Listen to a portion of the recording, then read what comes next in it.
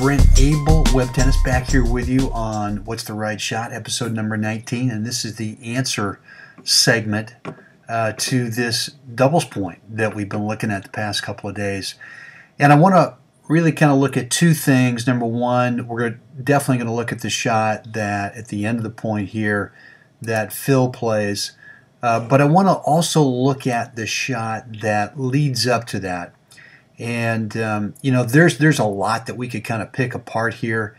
I do think that this one right here, Brian in most cases is going to take that volley, but I think he's a little concerned that when he sees Bill run around that there's a chance that Bill might take it up the line with that forehand. So he may get kind of frozen just a hair. You know, Phil ends up playing a tough in the middle stab volley just to get it back. And I know Brian, you know, would like to make sure that every time Phil plays a shot, it's only going to be a backhand, and they'll hope that, you know, he'll be able to intercept those balls going to his forehand.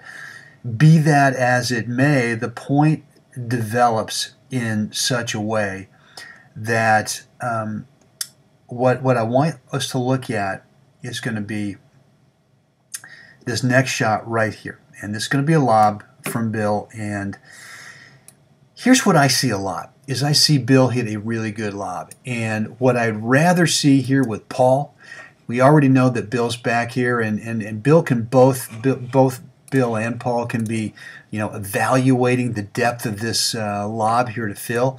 But at some point, you know, you have to understand that as the guy drifts back further and further and further, he's not going to get much on this overhead as he does here. I mean, this ball, he doesn't even swing through it, and it's almost over Phil's head. All he can do is just tap it back. And if these two guys have sort of made that evaluation on this deep lob, that the best that Phil can do is sort of tap it back, or maybe a little bit better, which is to hit a pretty good overhead, you know, you really want to be up here challenging that overhead. And now that both guys are back, that opportunity is lost. However, what happens here is they do recognize the short ball early, and, you know, Bill plays the smart shot going cross court. And again, I think Brian kind of looks at this and wonders, you know, why am I not taking this ball? Because, well, I'm wrong. Okay, it's not this one that he could have taken, because that one was hit cross court. It's possibly this one right here that he maybe could have picked off and done something with, but he gets by him, and now we've got this situation where Phil is stretched out. And here are kind of the different shots that we heard a lot about. You know, we want to lob it deep over here. We want to lob it deep over here. A lot of people were talking about, you know, a grip and rip topspin here in the middle. And, you know, my whole thing was, look, you're getting stretched out here in the middle. The stroke mechanics are not that great. So you have to be able to recognize that if you don't have great stroke mechanics, even though when you're maybe right in here and you see this volley coming back and you're thinking, hey man, if I can get there, I'd love to crush the ball, topspin dipper between the two guys right down the middle of the court. But at some point you have to come over here and be honest with yourself, going, you know what, I'm stretched out. I just can't do that. My footwork's taking me backwards. So either it's going to be a lob, or the shot that I want us to start thinking about is, you know, you could take this as a slice forehand, and you could play a slice forehand right down between these two guys, right down the middle. It would be slow and low, meaning that it's not going to stay up here where it gives either one of these guys an opportunity to put it away.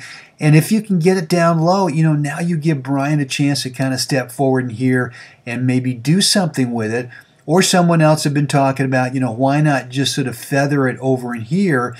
And I think that's a possibility, but you know, that's really going to be a real touch shot. So, you know, the shot I want us to kind of think about here is a slice forehand right down here in the middle, or right in front of someone, or right in front of someone. And that's not what we're going to see here. This is going to be very anticlimactic. What we see here is Phil now try to go for the lob, and he's trying to lob over Paul. And, you know, he misses the lob by what? It's not much. You know, it's about a foot or so. So, you know, I know that's an anticlimactic finish to this point. And what I want to tell you is if you guessed a deep lob here, good choice. If you guessed a deep lob here, great choice. If you guessed grip and rip here, I think that's a bad choice. I really do. I just don't think you're set up to with a good stroke mechanics. You know, and the other thing to think about too is that even if you are set up with good stroke mechanics here in the middle, if you run over and you drill it, you really drive it, you know, look at where Phil ends up. I mean, he's going to end up over on this part of the court. This is going to be wide open, which doesn't give him enough time to have good stroke mechanics where he can drive the ball here. And the reality is, since he's moving here, he's going to need another step in this direction after he drives it to be able to kind of recover. Now what happens if that's the case? These guys, unless it's a clean winner, these guys have the ball, and Phil's kind of hung out to dry. So, again, I don't think the topspin drive, a flat drive, or the topspin ripper here is a good choice. But I do like the slice forehand that is slow and low, gets down, doesn't give these guys anything to work with here in terms of a put-away opportunity, gives Brian something to work with, and allows Phil enough time to kind of get back here in the court and recover. So there you have it. Let me know right below this video what are your comments, what's your feedback, and or any questions. All right, looking forward to seeing what you have to say. Have a great day out there.